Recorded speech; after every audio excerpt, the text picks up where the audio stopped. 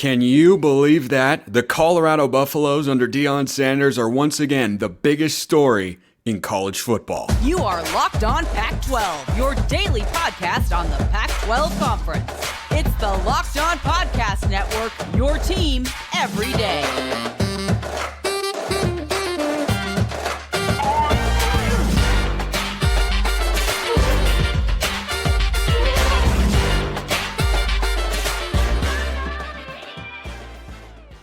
Welcome, everybody, to another episode, emergency style, of Locked On Pac-12. I'm your host, Spencer McLaughlin. Thank you so much for making this your first listen or your first view post-Colorado upset of the day. Part of the Locked On Podcast Network, your team every day, and your number one source to stay up to date with our media rights and mostly team-free Conference of Champions, which is currently kicking butt in college football all across the country. Like, comment, subscribe, rate, review, please, and thank you. Share the show wherever you listen to or watch it. Today's special episode is brought to you by Gametime. Create an account. Use code LOCKEDONCollege for $20 off your first purchase. Holy smokes, Colorado did that. I didn't think they were winning that game. I didn't think they were going to win either of their Power 5 non-conference games. Somehow, you know the most amazing thing about all this? Nebraska went and they went full Nebraska. Colorado just pulled the upset of the day in the country. I can't wait to see the television rating on that, because as it started to boil and you realize, hey, Colorado's doing something here, everybody had to be tuning in. This was the greatest offseason experiment in college football that we have ever seen. And yet Colorado is still looking like an underdog on FanDuel against Nebraska. It's 2.5 instead of 9.5. Now, it came down a lot after they saw this game, which goes to show you Vegas knows a lot. They clearly don't know everything. Last year in this conference, UCLA was a 20-point favorite against Arizona, lost outright. TCU moved up to being a 21-point favorite by kickoff. They lose this game outright to Colorado. And Deion Sanders blocked out all the noise. He's used to it. He loves it. He enjoys it. His press conference, I can appreciate how he felt in his press conference. He was calling out media people saying, hey, I saw what you wrote. You believe now what you think about that? Like, he was taking a victory lap in there. And guess what? I understand it. Because when I'm right on something, guess what? I come on here and take a victory lap.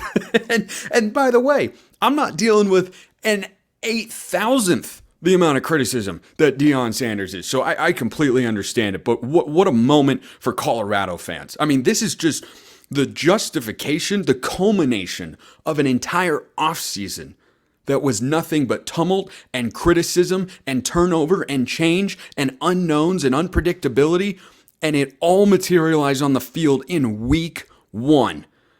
And I don't care if you were a diehard Colorado fan. Well, I mean, I'm sure there were some that felt this way, but even people who were more optimistic about Colorado than me coming into this year, I thought they would be an improved football team. I thought they were a 3 or 4 win team. I landed on 3. I could have seen 4. That looked like more than a 3 or 4 win football team because they were so well coached on one side of the ball. The other side, not quite as much, but I'll get to that and break down the game and everything that we saw, including what we saw from TCU and where Colorado falls in the hierarchy of the Pac-12 teams a bit later. But that was so surprising. And I mean, for all the people who don't like Deion Sanders, there are people in the world who hate Deion Sanders. I'm somebody who's like, he can be a bit much sometimes. He really can be. But I also understand what he's doing, right? It's like Draymond Green in the NBA. A lot of people hate Draymond Green. A lot of people love to hate Draymond Green. I don't necessarily love Draymond Green, but I don't feel the way others do because sports need him, teams need him, cultures need him. And I understand what he's doing, and that is Deion Sanders here. He has shifted the culture people didn't like. Lee Corso talked about it on College Game Day this morning. I don't like what he's doing there. Don't like the way he went about it. You know what? If you're going to create change sometimes, you have to ruffle some feathers. And I think what Deion Sanders looked at in this Colorado program is, I'm not here to be your friend. I'm here to be your football coach, which is a lot closer to a parent than a friend. Sometimes a parent has to put their foot down and say, no, you're not doing this. You're not going to like me for it, but you don't understand why this needs to happen. And that's what Deion Sanders has done to this program. And so they are light years ahead after week one. It is still just one game. We got to see it. There's 11 more to play in the regular season. And Vegas, for some reason, is still doubting them. And by the way, if you're confused as to why that is, number one, you can always You can always go bet Colorado plus 2.5 next week in Boulder. Heck, it looks like an appealing bet right now. I tweeted out midway through the second quarter, if you can still go get Colorado plus 9.5, go find it, because that's free money. That's what it looks like based on how Colorado performed versus how Nebraska performed. My goodness, that's a huge, huge discrepancy in the outcomes there. But everything that Colorado's done just paid off in week one. All the media following them around and taking attention and players in the portal and everything like that, it was all justified way quicker than anyone could have expected. Even if you were an optimistic Colorado fan, did you think they were winning this game? Because if you thought, right, like I went through, did my schedule predictions, I didn't think they were winning this game. I didn't think they were beating Nebraska. I need to let this sit and marinate a bit to see if I feel like they're going to do it again against the Cornhuskers next week. But boy, Nebraska didn't do anything that makes me feel good about them. But if you, before the season, disagreed with me and said, no, I think they're going to beat Nebraska, I understand that. Nebraska's a rebuild, just like Colorado. And the talent for Colorado, boy, sure looked a lot more impressive than Nebraska through 1 week, didn't it? Nebraska loses 13-10. They give away the game. They play great defense. They don't play great offense. Colorado the opposite. I tell you, if you put those teams together, you'd have a top 15 football program right now. But the reality of the situation is, of course, that's not the case. Again, I'll get to that a bit later in the show. But they're going to be the number one story in the country. They should be. They have earned it. People like me didn't think they'd be this good. Didn't think they'd beat Colorado. Guess what? Here they are. Here they are with that win. That is a statement and a half. And they should get to enjoy all the spoils. To the victors go the spoils. And Colorado is the victor today. And they absolutely, positively deserve to relish in this, feel good about it, and feel optimistic about the future. Also, boy, they look like they belong in the Big 12. Not that we in the Pac are playing, just incredible defense everywhere you look, but boy, it looked like they belong in the Big 12. Just defense, optional. Special teams, disaster. But what can you do? Throw it up and down the field. Move the football. Score a bunch of points. Absolutely amazing stuff there. So the Pac-12, by the way, just generally speaking, as I record this live reaction, is having a really good weekend. I mean, Stanford looked really good. I mean, they were playing Hawaii, but again, still. Arizona State did not look good, but no one expected them to. Utah looked really good. Washington is currently up by 30 points. Oregon hung 81 on Portland State. And those California Golden Bears, can I call them my California Golden Bears? Are up 48-21 on North Texas right now. Just saying. But anyway, back to Colorado. This is just going to elevate the profile and the hype machine even more. Joel Klatt on his Monday podcast is going to be in some kind of a mood. He was on the call for the game, and I can assure you, the moment he took off that headset and went to go with his back to the truck and leave the stadium and everything, interview people, I guarantee he's jumping for joy because that's a Colorado fan, and they've waited a long time for this. And at some level, I am happy for Buffs fans because I don't like when a fan base has to endure misery for a long time, right? Everyone's got to endure down years. That's the reality of sports. You have to endure tough times or else the good times just never seem as good. But what jersey am I wearing right now? The Seattle Mariners. And the Buffs have been the Seattle Mariners of college football until now. It's a new world. The Mariners are competing for a division title, and Colorado just went on the road and beat TCU. Absolutely bonkers. How did they do that? Well, it was through one guy in particular, and we got to talk about Shedeur Sanders, but let's not forget about the guy who made some amazing plays in this game. You can make amazing plays with Gametime, and that's getting tickets to whatever you want. Buying tickets to your favorite events shouldn't be stressful. It shouldn't be. And Gametime is the fast and easy way to buy tickets for all the sports, music, comedy, and theater near you. Forget planning months in advance. Gametime has deals on tickets right up to the day of the event. You could have gotten a ticket to TCU in Colorado if you want. Good luck trying to find one for Nebraska and Colorado next week. I bet it'll be a sellout. I'm sure almost certain it is. But if you're going to find one, Gametime is the place where you will Get it. Their game time guarantee means you'll always get the best price. If you find tickets in the same section and row for less, Gametime will credit you 100% of the difference. Download the Gametime app, create an account, use code LOCKEDONCollege for $20 off your first purchase. Terms apply. Again, create an account, redeem code LOCKEDONCollege for $20 off. Download Gametime today. Last minute tickets, lowest price guaranteed.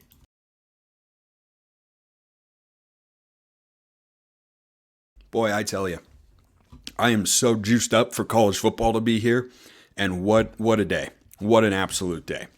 You know who had himself a day? Shedeur Sanders. So he set a Colorado single-game record in his first appearance at the Power 5 level. And they had 4 receivers go over the 100-yard mark. That's a Colorado record.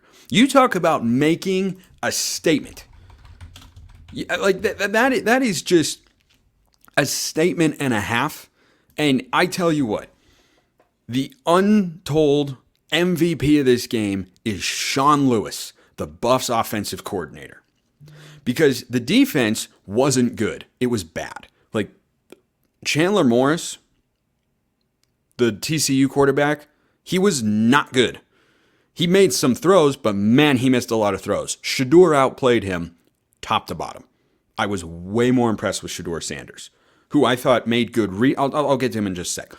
Sean Lewis has established an identity with this team. That team is well coached on offense. The offensive line played way better than anybody thought they would.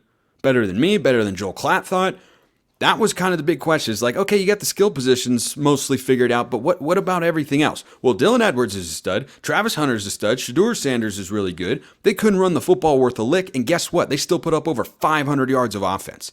Shedeur Sanders was really good, but Sean Lewis, that was a well-schemed, well-designed, well-called offense. They were good situationally, they were explosive, they were versatile, they took what the defense gave them. He did an outstanding job. What a great hire from Coach Bryan. He did an outstanding job of having them ready to go. They've got a clear identity. They know what they want to do moving the football. I was really, really impressed. Now, on the other side of that coin, TCU's defense was straight up bad. It was really, really bad. But guess what? Colorado's not going to play a great defense every week. I mean, that's what this narrative is going to be now, right? For people who are just staunchly anti-Colorado.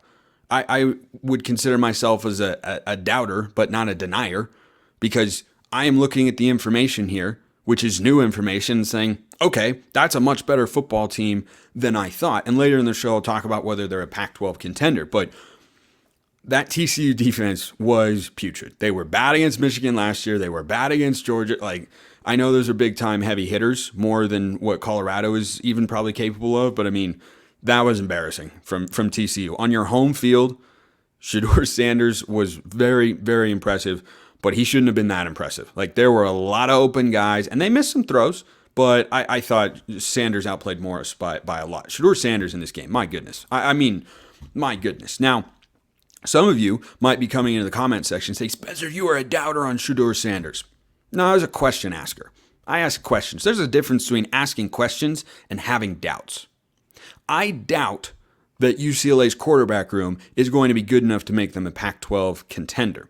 I had questions about Shedeur Sanders making the jump from FCS to Power 5, even though he was a blue-chip quarterback recruit coming out of high school, the same way I had questions about Cam Ward last year when he played at Washington State. But that question got answered resoundingly today. Was the TCU defense good? No. That's still a Power 5 defense, and he was on the road. He was 38 of 47, 510 yards. Like, are you kidding me? 510 yards. He got some help from his skill position guys, yards after catch, no doubt. But his decision-making, he did not throw a pick. He was sacked a few times. He got back up time and again. His decision-making, particularly early in the game, and Joel Klatt was talking about in the broadcast, was superb. He did not force the issue. He allowed Sean Lewis, the offensive coordinator, to do what he was trying to do, and that's allow him to settle into the game. And he settled in, he took what the defense gave him, and then he started to take shots. And then they hit explosive plays. But he was poised, he was mobile, didn't break contain in the pocket when he didn't need to, but when he had to, he did. He showed off the arm strength, which we knew he had. I was really impressed. I was really, really impressed. Because I thought he did everything possible to help Colorado win that game. That's why they won, because they did not run the football. Did not run the 34 carries for 55 yards. Now that's factoring in Shedeur Sanders taking sacks. I don't really understand why that's entirely a part of it. So if you take that out, it's 29 carries for 84 yards. It's still not great. Okay, they did not run the football well, and that's again a question for the Buffs going forward, because we came into this year saying, okay, they got some skill position pieces, but what about the offensive line? Well, the offensive line held up more than well enough in pass protection because they threw for 500 yards. They did not run the football effectively. Did not do it. You are not going to be able to get through this league one-dimensionally. I think there are a lot of defenses in the pack that are better than what you've got at TCU, because they were just really, really bad. Big 12-esque, you could say. But 4 players, over 100 yards. But I mean, Sanders, he executed. He made the right reads. He executed the throws that he need to. When I said executed the first time, I meant in key situations, 3rd down, 4th down. Like, he was making plays when he needed to. He was making good reads, made smart decisions, didn't force the issue, gave his guys a chance. I mean, that was really, really impressive from Shedeur Sanders. Man, Boulder has to be on fire right now. They have to be absolutely on fire. I know that locker room is. I know Coach Prime is. But goodness gracious. And speaking of a guy who's on fire, I don't know how his body temperature isn't 200 degrees because he played like 100 and some odd plays earlier today. Travis Hunter, you talk about being worth the hype, living up to the billing. Holy smokes. It was 105 degrees on the field in Dallas today. His conditioning is unparalleled from anything we've seen from a college player this year. That's the first thing. The second thing, he wasn't just playing on both sides of the ball. He wasn't just making an impact on both sides of the ball. He was the best player for the Buffs outside of quarterback on both sides of the ball. And that is a remarkable thing. Like, sometimes 5 stars don't live up to the hype. And then there's Travis Hunter, who definitely did. I mean, that was just 11 catches for 119 yards. And he had the diving interception on the goal, or near the goal line. And he broke up several other passes. Like, it got to the point in that game where every time Chandler Morris threw and Travis Hunter was the primary defender, you were asking yourself, what in God's green earth are you doing? Why are you throwing to him? And Klatt said at one point in time, I think it's time for Bryles, the offensive coordinator now at TCU, who did not have a good day, frankly. I know they put up 42 points, but goodness gracious, 2 red zone interceptions. That was a disaster. One of them was an amazing play, but again, that was a disaster. So at some point, you needed to go to Morris and say, okay, stop throwing to number 12. Just stop. He was so good. And it was pretty crazy to watch. All day long. Dylan Edwards, the 4-star running back commit. For those of you who don't think stars matter, it's a tough day. It's a tough day because that's a 4-star running back, and he looked like it. And that's a 5-star 2-way player, and boy did he look like it. That was an amazing football game. Like, just as a college football fan, you can tell I'm fired up because I am fired up. Like, that was so fun to watch. I was on the edge of my seat. I was watching multiple games all day, and that one was so compelling. And for Colorado to have pulled that off is just going to ramp up the hype machine. Like, Deion is everywhere. Deion is in every single ad break they had during the game. He's all over game day with segments. He's all over social media. He's everywhere. And guess what? This was the point. And I didn't think they would have a landmark win like this for a couple years. I thought they needed to maybe, get a couple recruiting cycles in there because they were starting their roster from scratch. And look, they clearly, again, it's week 1. So one takeaway or reaction now could feel a little bit different later in the season. The offensive line held up in pass protection.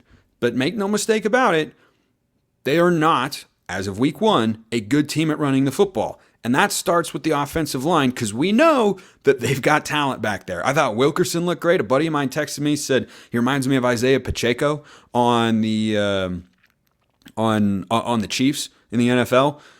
And then Dylan Edwards had 5 catches for 135 yards and 3 touchdowns. So it's not like there isn't talent there, but the offensive line run blocking wise, and Coach Prime talked about that, has to improve. So what does this mean for the rest of the Pac-12?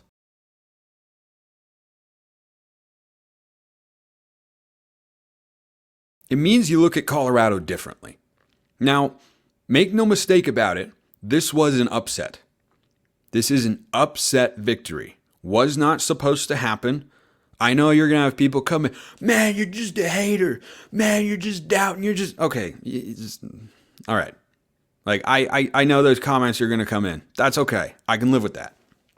But Vegas does not set lines to not make money. They are not setting line. Vegas doesn't doubt you unless they have reason to. And they doubted Deion Sanders. And they doubted Colorado for this game. So when you look at them still being an underdog as of now, I bet the public will end up moving the line because everybody and their mother is going to bet Colorado. Everybody and their grandmother is going to bet Colorado. It's plus 2.5 last I saw. I bet you that moves. I bet Colorado will be favored by the end of the week. But Vegas still thought maybe they'll change their mind, that Colorado was not on the same level as TCU. Now, it's interesting that that happens with TCU because that's a team that Vegas couldn't figure out last year either. On a neutral field with Michigan, they were a 7.5-point underdog. And guess what? They won outright. So maybe Vegas just doesn't know what to do with TCU. Maybe they're just completely clueless on the Horned Frogs. Sometimes there are teams they can't figure out. Clearly, they undervalued Colorado for 1 week. We'll see what happens in week 2 in what is going to be a highly anticipated showdown. We've seen the opening act, but what's the plot? The opening scene might be great, but if the plot and the conclusion to the story are no good, you're going to forget about that opening scene pretty quickly. So once you get into Pac-12 play, it's obvious Colorado is a team that is not dominant in the trenches. Shedeur was sacked a couple times, but I mean, that's not why I say they're not dominant in the trenches. Just like, it's not as if he wasn't under pressure at all. They just threw the ball a lot because they couldn't run the football. So this is a one-dimensional offense that has high-end talent. Edwards, high-end talent. Jimmy Horn Jr. had 11 catches for 117 yards and a touchdown. Xavier Weaver was over 100 yards receiving. So they've got the quarterback. They've got receivers. I think the running backs are solid. I didn't see anything from the tight end position, but obviously not essential. Put up 45 points on the road. You're good. Like, that'll do.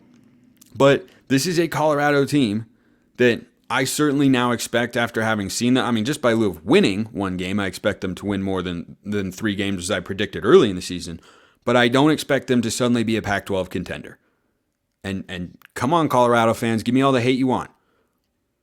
But that is a team that beat a pullback team in TCU, still a remarkable feat.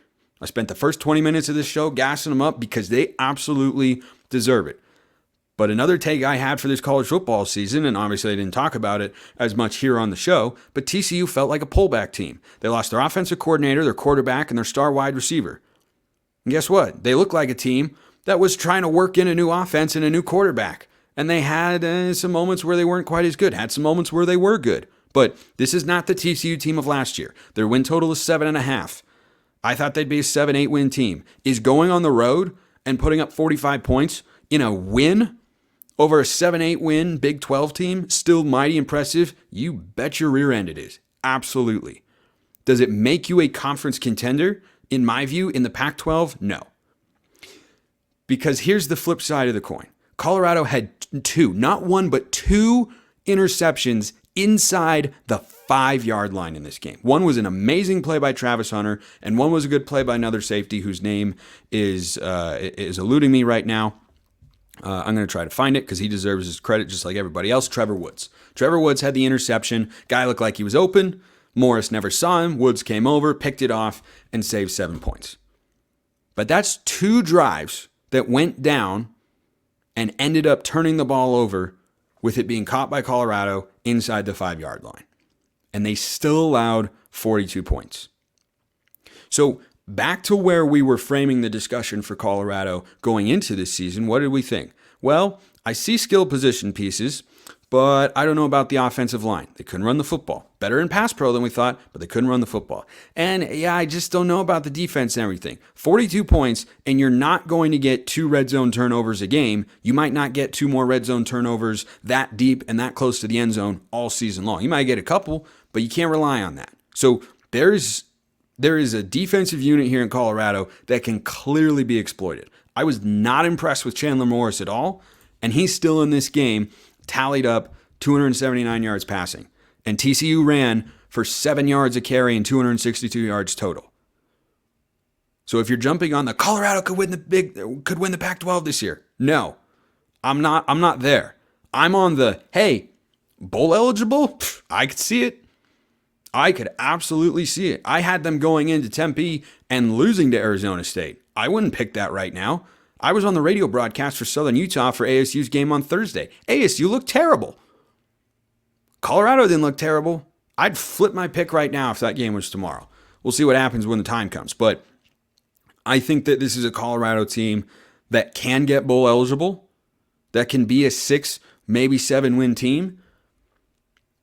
But do I see them magically, not able to run the football and not able to get stops consistently and allowed over 40 points a game? Newsflash, if you allow over 40 points a game, you're not going to win that many football games. I know they scored a lot, but here's the thing. All the same people who might want to say, Colorado's going to do this, that, and the other thing. How do you feel about USC? I hope you aren't in the category of USC can't win the Pac-12 because of their defense.